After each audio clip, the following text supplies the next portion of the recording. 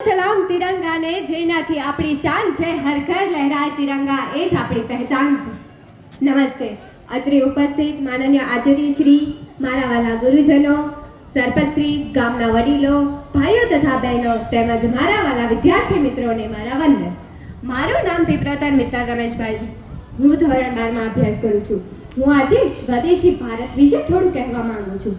મિત્રો, સમગ્ર ભારત આજે સ્વતંત્રતાનું પર્વ ઉજવી રહ્યું છે, ત્યારે મારા દેશવાસીઓને સ્વતંત્ર પર્વની લાખ લાખ વધાઈ. મિત્રો, આ દિવસે અંગ્રેજોની કારમી ગુલામીમાંથી છૂટ્યાનું આપણા સૌના હૈયામાં હાશકારો થયો.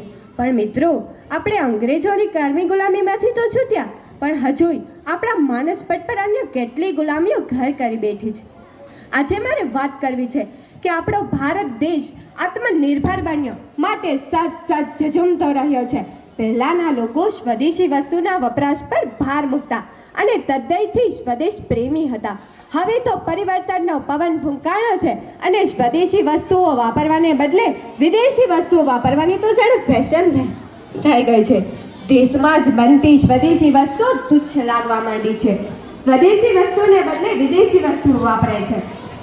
સવારના પૂરમાં દેશી બાવળ કે દંત મંજનથી લઈને ધીરે ધીરે કપડાં, ખાણીપીણી કે ખોરાક, બધી જ વસ્તુઓ અન્ય દેશના ઉત્પાદનોએ લઈ લીધું છે. આજે હું મારા દેશવાસીઓને પૂછીશ કે આ બધું શા માટે? શું આપણી સ્વદેશી વસ્તુ પર જરાય ભરોસો નથી? શું આપણી સ્વદેશી વસ્તુ અન્ય દેશની સરખામણીમાં થોડી મોંઘી પડે છે એટલે? મિત્રો, એક વાત જરૂર યાદ રાખજો કે હાથી પાડવામાં ભલે મોંઘો પડે, પણ એનો અર્થ બિલકુલ નથી કે હાથી પાડવામાં મોંઘો પડે તો ગધેડો પાડી લેવો. અને હા, હું ખુલ્લે આમ કહું છું અને ટૂંકમાં કહું છું, ચાઇના એ ચાઇના અને આઈના એ આઈના. તો મિત્રો, ઉઠો, જાગો અને એક વાત યાદ રાખો કે શતરંજની રમતમાં વજીર અને જીવનમાં જમીન મરી જાય ને તો ખેલ ખતમ. દોસ્તો, આપણે ભારતવાસીઓ તો મહેનત કશ માનવીઓ છે, એટલે જ हम मेहनत करने वालों ने जब मिलके कदम बढ़ाया, हम मेहनत करने वालों ने जब मिलके कदम बढ़ाया, सागर ने रास्ता जोड़ा, पर्वत ने शीश झुकाया. सागर ने रास्ता जोड़ा, पर्वत ने शीश झुकाया. फौला दी है सीने अपनी, फौला दी है बाएं, फौला दी है सीने अपनी, फौला दी है बाएं, हम चाहे तो पैदा करते चट्टानों में राह. મિત્રો, ભારતને વિશ્વગુરુ બનાવવા માટે સ્વદેશીને યોગદાન આપીએ અને સ્વદેશી તરફ પાછા વળીએ. અયોધ્યામાં રહીમ રામ, ઘર ઘરમાં વસે દેશી તમામ, એકમેકનો હાથ, સ્વદેશીનો સાથ, સંદેશ દેવાને સંગાત, એક જ નારો લગાવીએ અને ગગન ગજાવીએ, ગર્વ से કહો હમ ભારત કે હે, વંદે માતરમ. અંતમાં હું થોડું કહીને મારી વાણીને વિરામ આપીશ. મારે નથી જોતું તન કે નથી જોતું ધન, મારે નથી જોતું તન કે નથી જોતું ધન, બસ અમનથી ભરેલું આ વતન જોઈએ છે.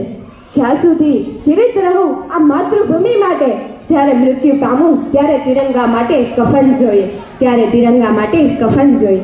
જનની અને જન્મભૂમિ એ સ્વર્ગ કરતાં પણ ચડિયાતા છે. વતનનું જતન કરવું એ આપણી પહેલી ફરજ છે. પ્રાર્થનામાં વિશ્વાસ અને હૃદયમાં ઈમાન રાખું છું. પ્રાર્થનામાં વિશ્વાસ અને હૃદયમાં ઈમાન રાખું છું. વતનની સાજ કાજે જાન આપવા તૈયાર રહું છું. વતનની શાન કાજે જાન આપવા તૈયાર રહું છું. માત્ર આંખો જોઈ ના કરો અર્થઘટન, કે માત્ર આંખો જોઈ ના કરો અર્થઘટન. દેશભક્ત છું સાહેબ, હૃદયમાં હિન્દુસ્તાન રાખું છું. અસ્તુ. જય જય ભારત.